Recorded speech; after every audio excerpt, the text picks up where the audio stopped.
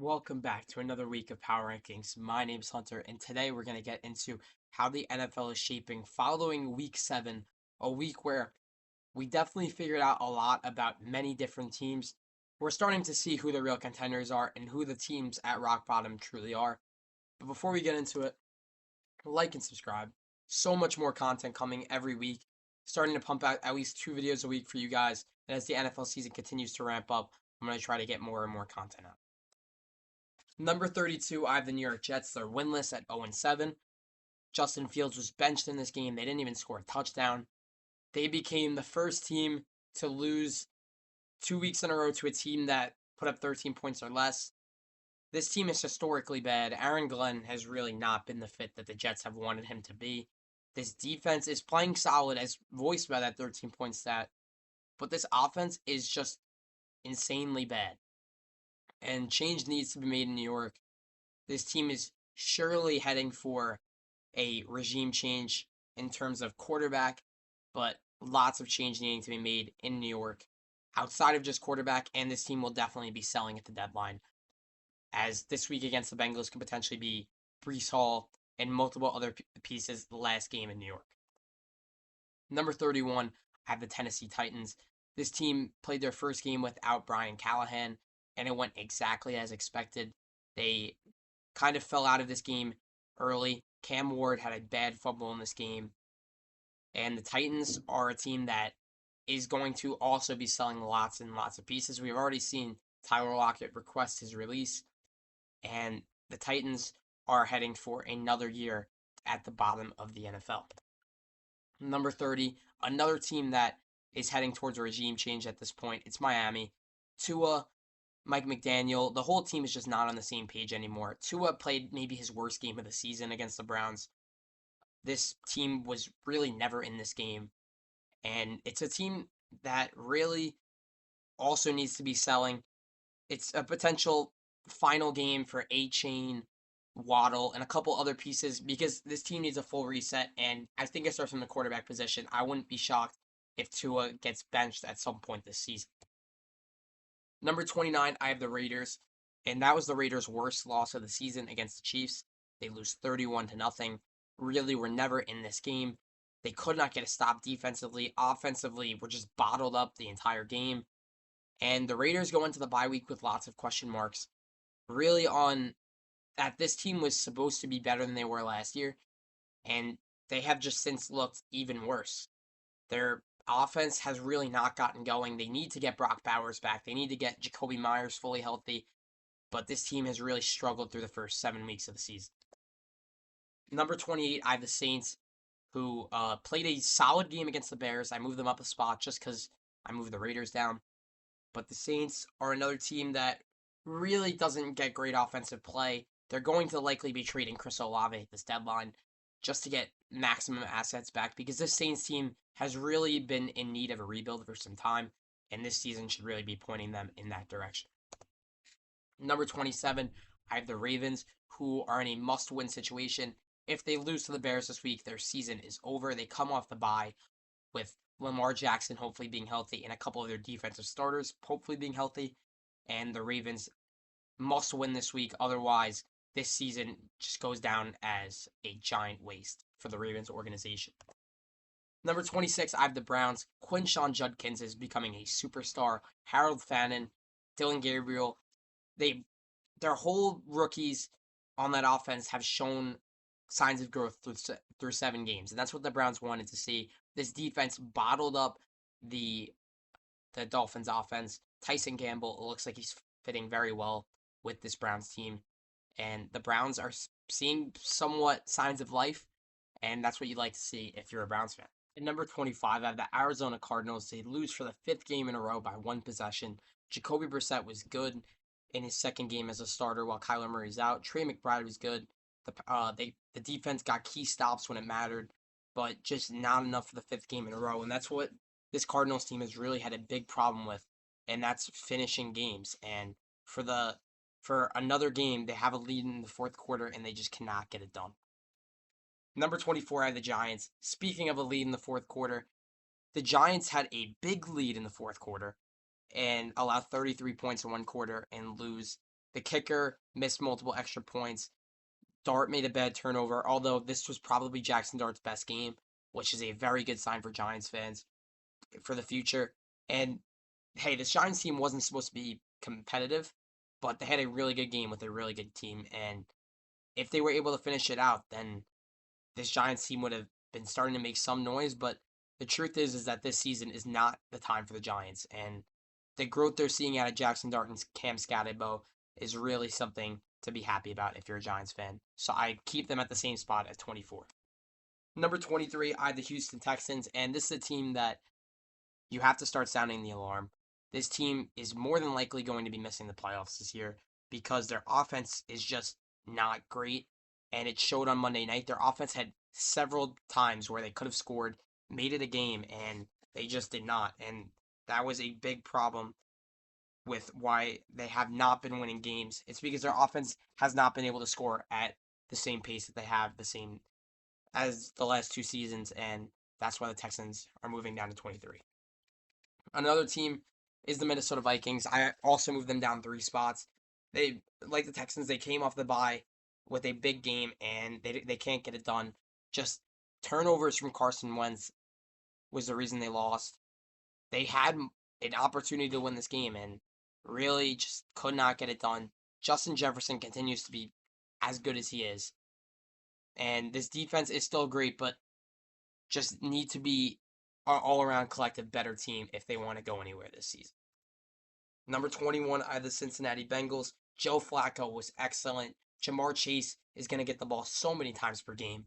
As shown, he had over 20 targets and 15 receptions in this one, and they're able to get it done because their defense got key turnovers. And this was easily the best game the Bengals have played the entire season, and they'll look to keep it going against the Jets. And it was a big win, too. They're still alive in the AFC North, and they just need to keep winning games. So I moved them up 2 spots to 21. Into the top 20, I have the Commanders at 20. I move them down 3 spots. They get blown out by the Cowboys. Jaden Daniels got hurt.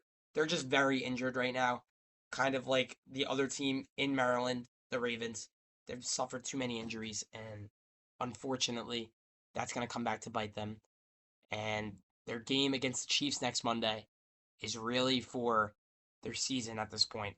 Starting 3-5 after going to the NFC Championship would not be ideal, and this Commanders team is in some trouble. Number 19, I have the Carolina Panthers. Bryce Young got hurt in this game, so it's going to be Andy Dalton the next few weeks, but entering a big stretch for the Panthers as they play the Bills and Packers the next few weeks. Really in some prove-it games. If they're able to win one of those, then this Panthers team is for real in the playoff chase. But really excited how the Panthers have seen growth these past few weeks and have been able to turn around a pretty bad start into being right in the thick of the NFC playoff race. And this defense played stellar, and we'll see if they can continue that against better teams. Number 18, I have the Cowboys. They get a pick six from Deron Bland. They get good defense, and that's really a good sign of where this defense could potentially help out the offense, which puts up another great game. Dak Prescott is right up there in MVP talks. And this whole offense, and getting CeeDee Lamb back, this offense is a top 5 offense in the league. And if they get good defensive play, this Cowboys team should be able to make the postseason. Number 17, I have the Atlanta Falcons, who they suffer another loss where we're really starting to be confused by their identity. They'll beat the Bills, but then lose to a very injured Niners team. What is this Falcons team? It's different on a week-to-week basis, and NFL is all about consistency. If you want to be a good team, you have to be consistently good, and we have not seen that from the Falcons. And with all the weapons they have, like Drake London and Bijan Robinson, they should be able to be better than they were on Sunday night. Number 16 is the Jaguars, who got blown out by the Rams in London. Really had no chance in that game from the start. Defensively, this really good defense just fell apart against a good Rams offense. And offensively, just got nothing done besides a Travis Hunter touchdown when they were already out of it. And the Jaguars enter their bye week feeling a lot different than they did 2 weeks ago. And that's just not a good sign for where this team is heading at this point in the season. Number 15, I have the LA Chargers. I move them down 4. They lose by multiple possessions to the Colts. Justin Herbert had great stats in this game, but a couple key turnovers is just not the way that Justin Herbert was playing last season, where he had 4 interceptions the entire season. And he's starting to be a little less conservative with the ball. And this Chargers team is now at a crossroads in their season where they're going to need to start winning games if they want to be competitive in this competitive AFC West. Number 14, I have the San Francisco 49ers. How do they keep doing it? They're so injured on both sides of the ball, and the Niners just continue to win football games.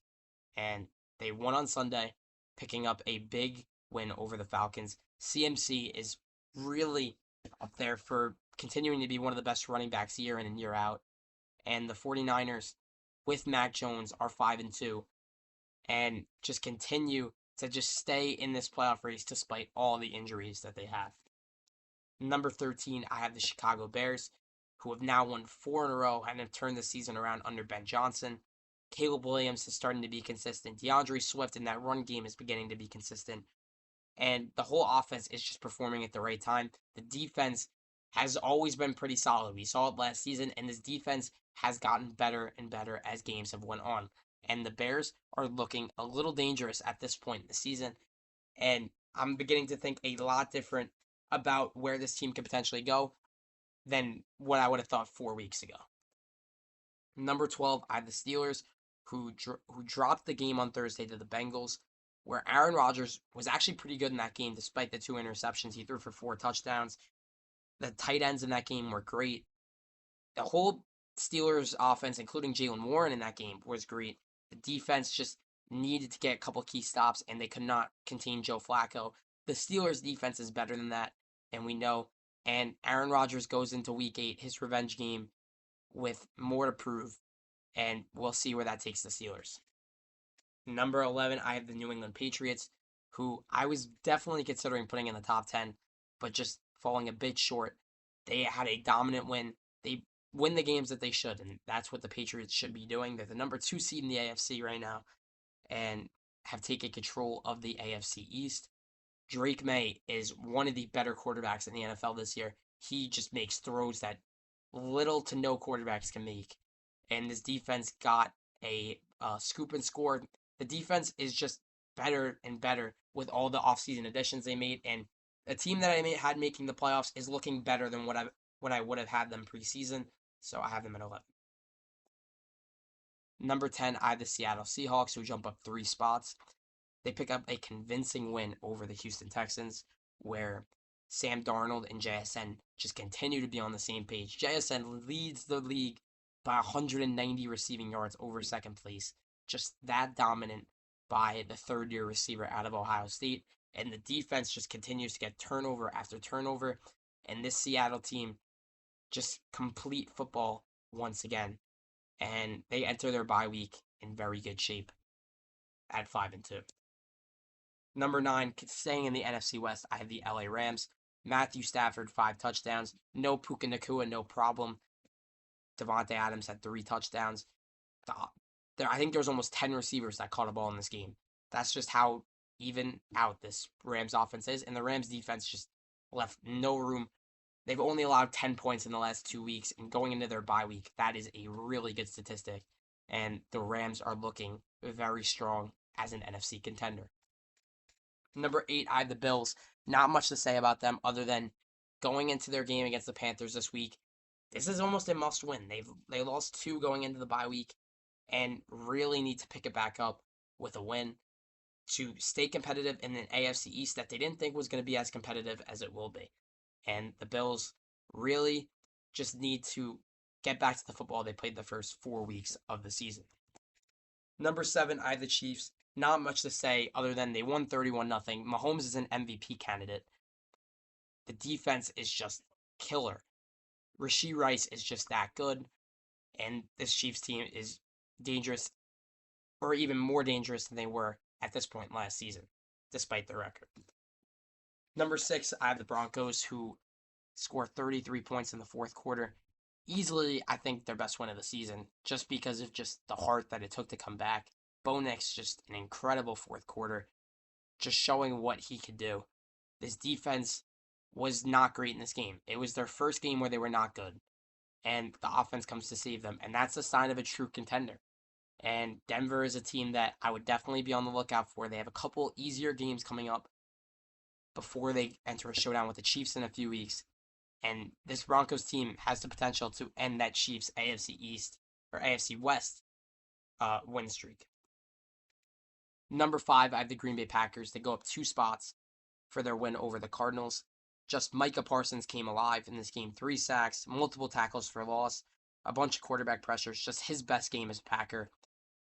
Just showing why that trade was so important for the Packers in a game where their secondary was not good. They were getting picked apart by Jacoby Brissett, but the D-line comes to save them. And the offense, Josh Jacobs, 2 touchdowns again. Tucker Kraft, a big touchdown.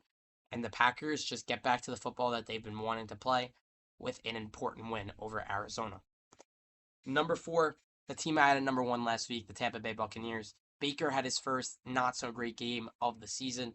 Just really wasn't on the same page with many of his receivers. Mike Evans gets hurt, so now a lot is going to rely on Emeka Egbuka, Tez Johnson, and hopefully when Chris Godwin comes back, it relies on him.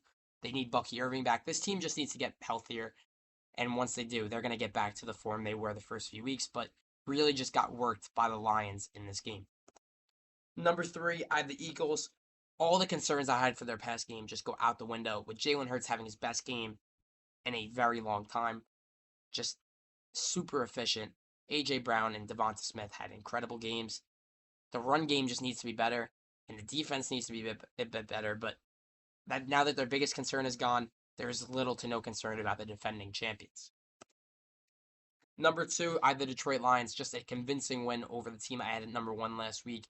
Not enough to push them back to number 1, but the Lions just look threatening as a contender, and their offense and defense, despite all the injuries on their defense, just both sides of the ball look very efficient, and that's why I have them at number 2. Number 1, I have the Indianapolis Colts, though. What a story. Shane Steichen has really turned around this team to being the best team in the NFL. Daniel Jones, a top 5 quarterback in the NFL this season. Jonathan Taylor, top 1 running back in the NFL this season. Tyler Warren, likely the offensive rookie of the year favorite at this point. And just the best offense in the NFL belongs to the Indianapolis Colts, which is just something I would not say before the season started. The defense, lots of room for improvement, but that's what this trade deadline's for. This Colts team should go for it all because this Colts team has championship aspirations. And the Indianapolis Colts have looked like the best team in football. They're the only team with just 1 loss, no tie.